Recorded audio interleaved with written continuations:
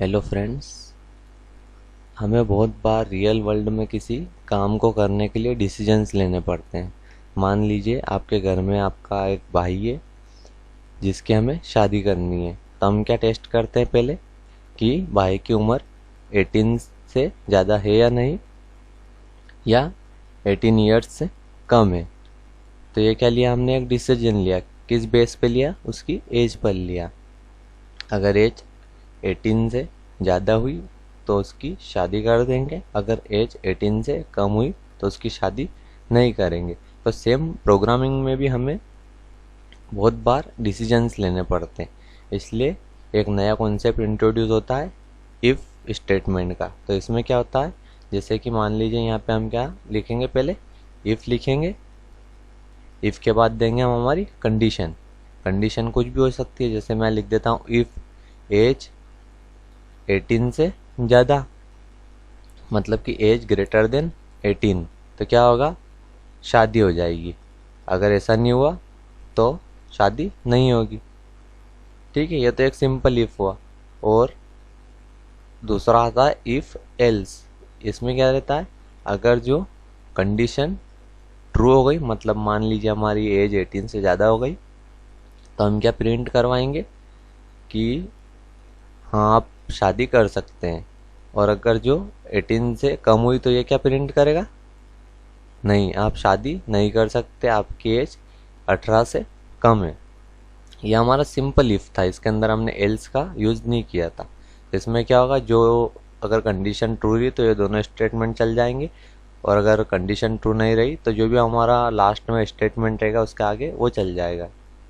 बाकी if else में क्या है, अगर जो कंडीशन ट्रू रही तो इफ के इंडेंट ब्लॉक में जो स्टेटमेंट रहेंगे वो चलेंगे, और अगर कंडीशन फॉल्स हो गई तो एल्स के जो इंडेंट ब्लॉक में स्टेटमेंट रहेंगे वो चलेंगे। तो चलिए प्रोग्रामिंग पार्ट पर चलते हैं और देखते हैं इन दोनों का यूज़।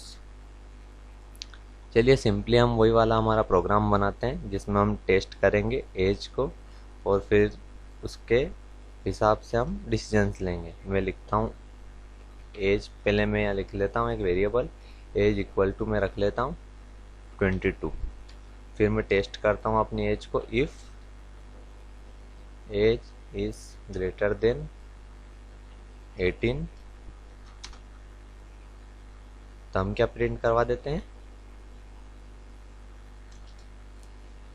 मैं सिंपली यस प्रिंट करवा देता हूँ, यस। और अगर एज हमारी 18 से कम हुई तो क्या, मैं एल्स स्टेटमेंट लेता हूँ, एल्स कोलन लगाएंगे हम, और मैं यहाँ क्या प्रिंट करवाऊँगा, नो प्रिंट करवाऊँगा। तो चलिए प्रोग्राम को रन करते हैं। सिंपली होगा क्या, एज में हमने 22 को असाइन करवाया है। फिर क्या होगा, यहाँ पे टेस्ट होगा हमारी एज 18 से बड़ी है या नहीं। अगर जो हमारी कंडीशन सही हो जाएगी, मतलब कि अगर एज की वैल्यू 18 से ज़्यादा रहेगी तो क्या प्रिंट हो जाएगा, यस प्रिंट हो जाएगा। और अगर ऐसा नहीं रहा तो एल्स वाला चलेगा, एल्स में जितने स्टेटमेंट है वो चलेंगे। अभी एक स्टेटमेंट है प्रिंट वाला, तो ये चल जाएगा और नो प्रिंट कर देगा। चलिए हम देखते हैं कैसा आउटपुट आता है। ये देखिए यस प्रिंट हुआ है, क्यों हुआ है, क्योंकि 22 इज ग्रेटर देन 18। मैं यहाँ पे वैल्यू चेंज कर देता हूँ, अब यहाँ पे इसकी वैल्यू रख लेता हूँ 12। तब क्या प्रिंट करना चाहिए, नो प्रिंट करना चाहिए। ये देखिए इसने नो प्रिंट किया है। तो ये तो हो गया सिंपली इफ और एल्स का यूज़। ये काम कहाँ पे आता है, जैसे मान लीजिए आपको दो नंबर में से ग्रेटर नंबर फाइंड करना है, तो कंपैरिजन में भी काम आता है। जैसे मान लीजिए यहाँ पे दो नंबर रहते हैं, एक नंबर 1 ले लेता हूँ मैं 12, और नंबर 2 ले लेता हूँ 33। तो मुझे चेक करना है, क्या चेक करना है कि नंबर 1 नंबर 2 से या इन दोनों में से बड़ा कौन है। तो मैं क्या करूँगा, if number 1 is greater than number 2, तो यहाँ पे क्या प्रिंट करवाऊँगा, नंबर 1 इज़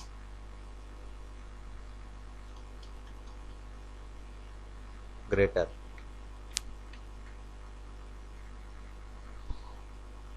तो यहाँ पे क्या, अगर जो ये कंडीशन मेरी फॉल्स हो जाती है, मतलब कि अगर नंबर 1 नंबर 2 से बड़ा नहीं रहता है तो क्या बड़ा रहेगा, फिर नंबर 2 बड़ा रहेगा। तो मैं क्या प्रिंट करवा दूंगा,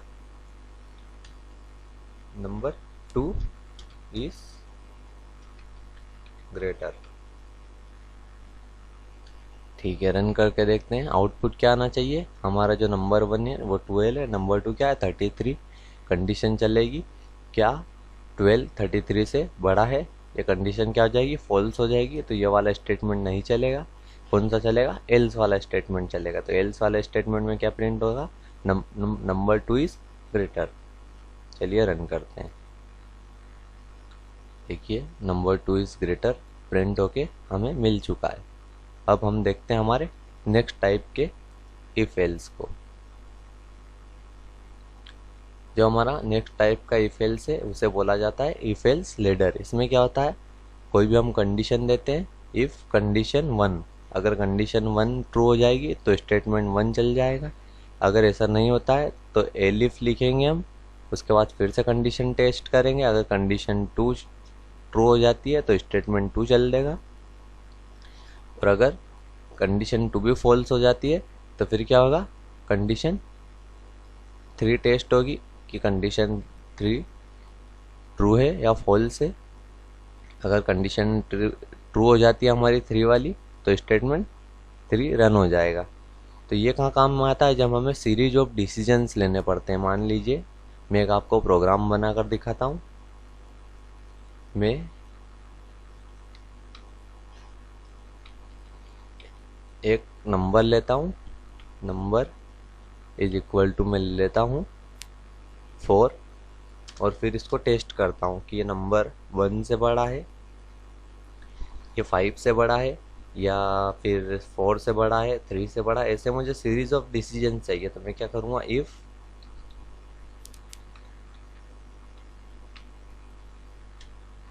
नंबर इज ग्रेटर देन, मैं पहले 5 ले लेता हूँ, कोलन लगाऊंगा, तो मैं यहाँ क्या प्रिंट करवाऊंगा,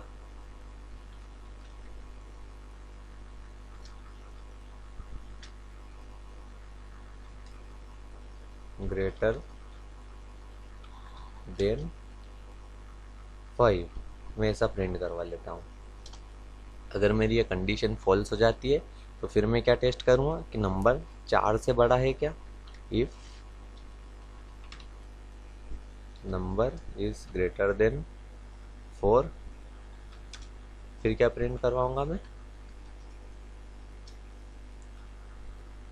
प्रिंट करवा लेता हूँ ग्रेटर देन 4।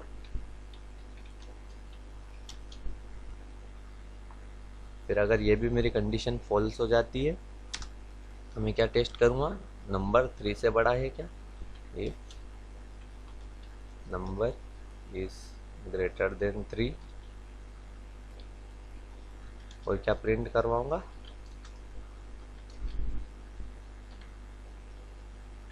ग्रेटर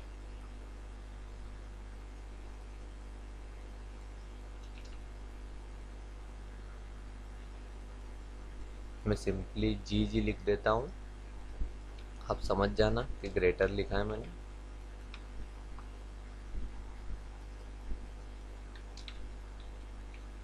ठीक है, तो ये किसको बताएगा, ग्रेटर देन 5, ग्रेटर देन 4 और ग्रेटर देन 3। मैं इसको रन करके बताता हूँ आपको अब आउटपुट क्या मिलेगा। हमारा नंबर क्या है, 4 है।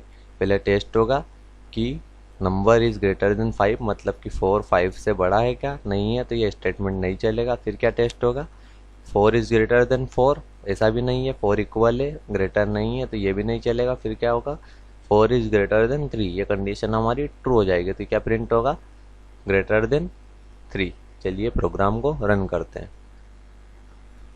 ये देखिए ग्रेटर देन 3 प्रिंट हुआ है, हमारा नंबर 3 से ग्रेटर है। तो हमने देखा कि फेल्स का कैसे यूज़ करना है। अब इसकी प्रैक्टिस करिए, ये अपने आप में एक इम्पोर्टेंस रखता है, क्योंकि जहाँ भी हम बड़ी बड़ी एप्लीकेशन डिज़ाइन करने जाते हैं, जैसे मान लीजिए किसी ने फेसबुक ही डिज़ाइन किया होगा, तो फेसबुक का प्रोसीजर क्या होता है, पहले हम क्या टेस्ट करते हैं उसमें, मान लीजिए फेसबुक आपने ओपन किया, उसमें क्या होता है, वो बोलता है आपकी आईडी डालिए, तो हम उसमें आईडी एंटर करते हैं। फिर वो उसके डाटाबेस जो रहता है ना, उसके अंदर टेस्ट करता है कि क्या उसकी आईडी उस डाटाबेस में है या नहीं है, तो वो इफ स्टेटमेंट का वहाँ पे भी यूज़ करता है। फिर क्या करता है, वो हमारे आईडी के करस्पॉन्डिंग एक पासवर्ड को स्टोर करके रखता है। फिर क्या करता है, वो जैसे हम पासवर्ड एंटर करते हैं, वो लॉगिन पे क्लिक करते हैं, तो टेस्ट करता है कि हमारा पासवर्ड, जो पासवर्ड हमने पहले डाला था या पहले हमने सेव कर रखा है, वो इक्वल है या नहीं है। अगर इक्वल रहेगा तो वो लॉगिन करवा देगा, तो वहाँ पे भी इफ एल्स का यूज़ हुआ है। और अगर जो हमारे पासवर्ड और आईडी इनकरेक्ट रहते तो वो क्या करता है, हमें मैसेज देता है इनवैलिड आईडी पासवर्ड। तो वो कैसे होता है, हमारी इफ़ कंडीशंस जो है वो फॉल्स हो जाती है, तो उसके बाद क्या चलता है, एल्स ब्लॉक चल जाता है वहाँ पे। तो एल्स में क्या प्रिंट करवा देते हैं वो, कि इनकरेक्ट आईडी पासवर्ड। तो ऐसे ही आपको भी प्रोग्रामिंग में बहुत सारे डिसीजन लेने हैं आगे चलकर। तो मैं उम्मीद रखता हूँ आपको ये लेक्चर समझ में आया होगा। मिलते हैं नए टॉपिक के साथ नए वीडियो में। Thank you for watching. Please like share and subscribe.